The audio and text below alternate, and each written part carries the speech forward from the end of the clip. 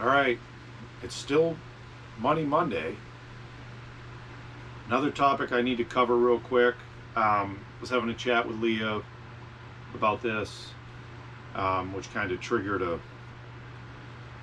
sort of a organizational path to this whole thing I'm about to talk about. Okay, so she had asked me,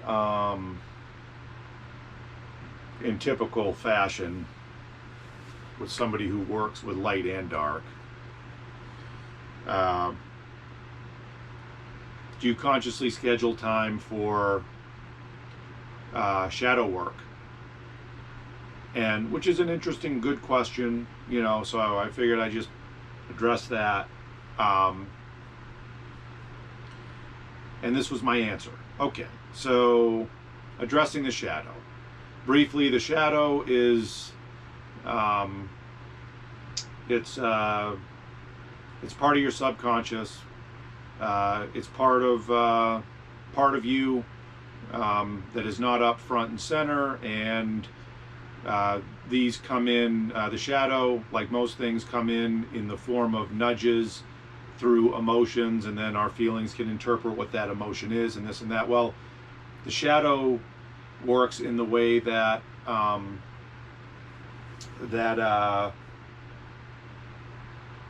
that oftentimes we will confuse that emotion with and attach the wrong feeling to it, or we just flat out ignore it.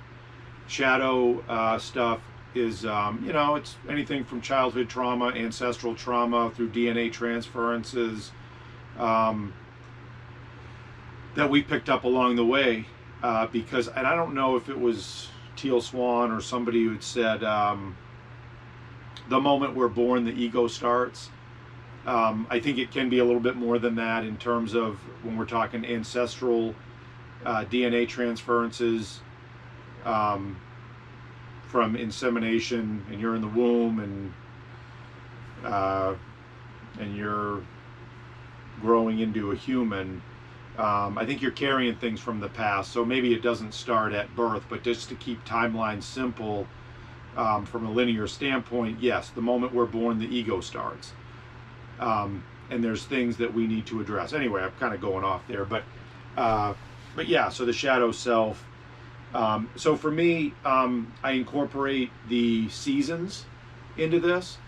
So when it's winter time, typically around December, my location dictates a lot of where it makes sense for me to do shadow work. This is where I voluntarily schedule to go into basically hibernation, winter solstice. This is sort of these symbols about and meaning that we can attach to the seasons, and how we can use the seasons and the natural cycles to take a look at certain parts of us that maybe during the summertime we don't take a look at it. So in the winter time, right around December 21st, where it culminates, I think that's solstice day, somewhere in there, I'm going to be doing some work on my internal engineering. And this past December, I was basically crippled for the whole month. I was supposed to come to Maine for Christmas, never did that. Didn't the thought of waking up and leaving, and I was like, no, I can't do it. So I basically was in kind of a state of metaphorical paralysis in my bedroom, kind of the whole month. And I took a look at things, and it was really good, really beneficial. I took a look at, I had a people-pleasing problem. Had to take a look at feminine wounds, had to take a look at, which I thought I had to take a look at some masculine wounds, because I didn't have that masculine, that hard, healthy, masculine containment figurehead as a child. I basically had my mother, there were certain players, Chet came in later, of course. Roger was there to a degree, which I did enjoy that. Godspeed Gaeta. Douglas a little bit here and there, okay, but mainly it was Mom. Well, Mom, God love her, was pulling double duty, masculine and feminine. So I got a lot of masculine from her. I lacked a little bit of nurturing from her. But since she's the woman, I figured I had masculine issues, but it was actually feminine because I wasn't getting the nurturing. That's a feminine trait. She gave me the masculine. Hey, get on that horse. trot on down the road. Hey, let's play baseball. All kind of masculine activities. Anyway, I say all that to say that the schedule for my shadow work is usually in December, winter solstice, my coming out party, spring, summer. Come out. Put out what you've learned, where your growth was. And then, so I have that as my sort of schedule time in the winter, whatever that may be. I want to self-diagnose. I want to be my own spiritual doctor as much as I can. Not that I don't rely on other people, and I love those people, but I want to be all-encompassing and whole in my own life as much as I can. And then at certain intervals throughout the year, if I see patterns or trends of negative emotions, that's what this is about. That's how they deliver, that's how your higher self delivers the information and nudges you through emotions. Feminine. If I see patterns or trends of something, then I'll immediately go and do some shadow work if I feel that that needs attention, and I will give it that attention. It's uncomfortable. I don't like it. But I trust, through the trust process of doing it, I have the courage to get through it because I know that it works. I've been doing it, so I know that it works. I could be better at it. I get distracted, but that's basically how that kind of plays out. I'll give one example of a unannounced sort of impromptu shadow work that I had to do, and I talked about it when I was on the Kawasaki riding to the Y that day, where I come to Maine. I start getting exposure therapy from the Amanda situation from last year. My girlfriend hung out for like 3 months. Still a thing for me, where I go to a place where her and I had a great dopamine hit together, and I see that place. It draws me back to that. Now I miss lonely, abandonment, I miss her. No, I miss the experience. I miss that emotion. She was just the delivery mechanism. So you expose yourself to that. Now I just go right to Taco the Town, a nice foodie spot we would go to. You just go there and have lunch. Delicious tacos, by the way, in Brunswick. You go there, sit through it, sit in it. And then when you leave, now maybe it'll take a time or two to go back to Taco the Town, which is fine with me, delicious tacos. But whether it takes 1 time or 5, I don't care the schedule. I'm just doing it. You just do. So you go in, you do the thing, you feel, I'm lonely, I feel abandoned. We could have done this. Oh, what a waste. We could have still been doing this.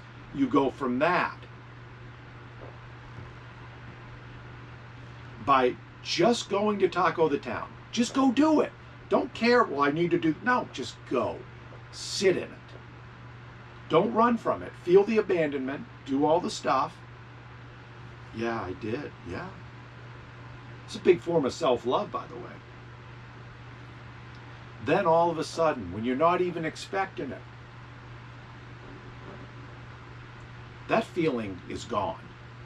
The emotion is gone. It goes away. You go to Taco the Town next week, it's delicious. You don't worry about, you don't think about that. Why? Because you've transmuted that experience, because you went through that mini fire, or whatever size fire it is for you. You go through that fire of uncomfortability alone, because only you can interpret it. Somebody can't take you through that gate. Then you get on the other side of it. What is it?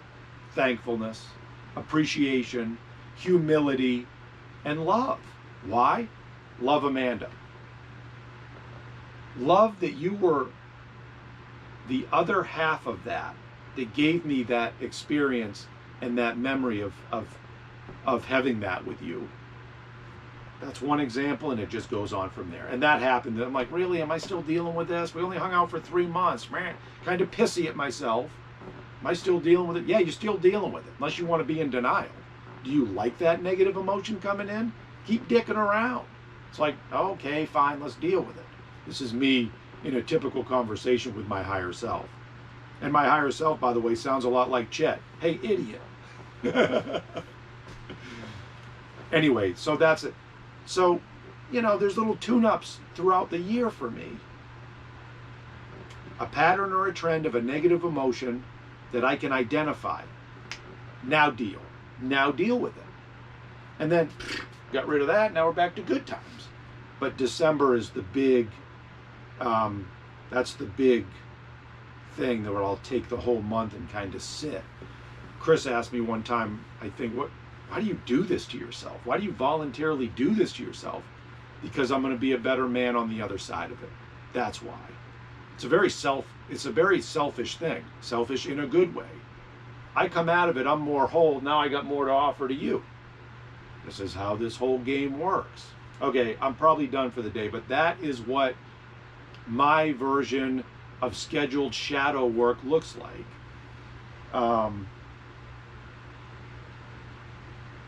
Carl Jung made that famous.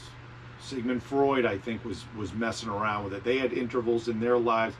I think in Sigmund Freud's older years, he came into contact with Carl Jung and they sort of collaborated and they swapped notes. Am I getting that timeline right?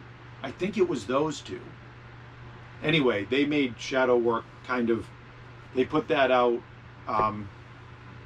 for us to use and to look at. And I think it's totally true. And it does certainly give a good example of representation of, yes, we are made of light and dark. We have all of these concepts in us, and we have the freedom of choice, so we can choose light or dark.